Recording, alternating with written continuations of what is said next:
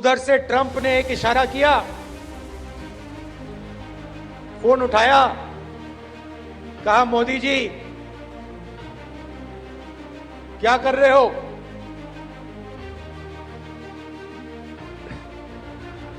Narendra, surrender.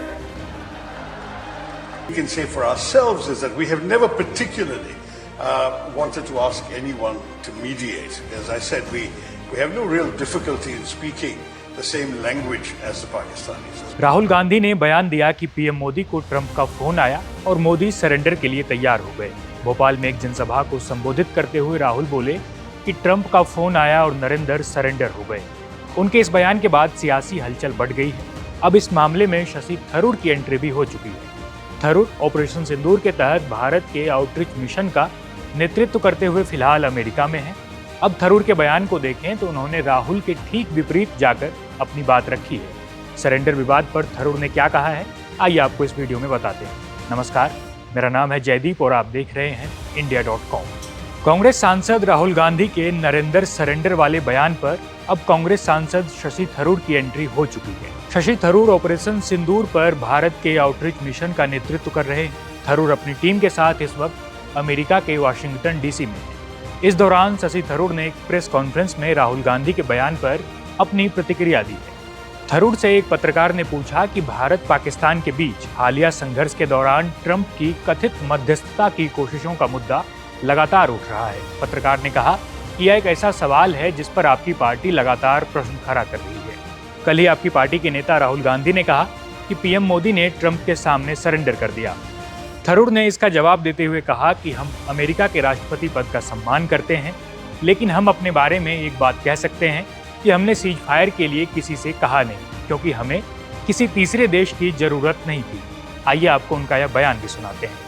Do you feel India has been firm enough in its response to the constant mediation claimed by the US president? It's a question that your own party continues to ask back home.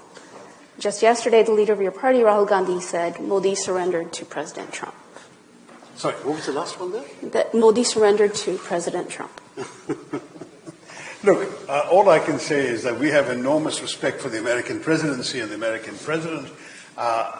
All we can say for ourselves is that we have never particularly wanted to ask anyone to mediate. As I said, we have no real difficulty in speaking the same language as the Pakistanis. As long as they use the language of terrorism, we will use the language of force, and that doesn't require a third party. If, on the other hand, they were to dismantle the infrastructure of terrorism, we can talk to them.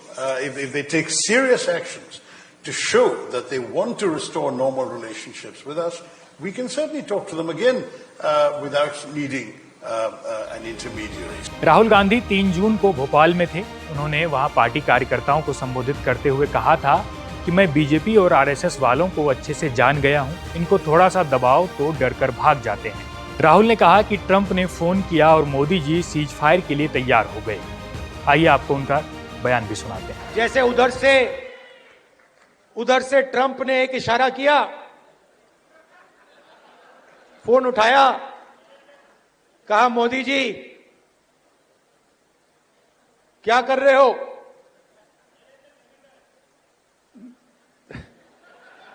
Narendra, surrender. और जी हजूर करके नरेंद्र मोदी जी ने Trump के इशारे का पालन किया।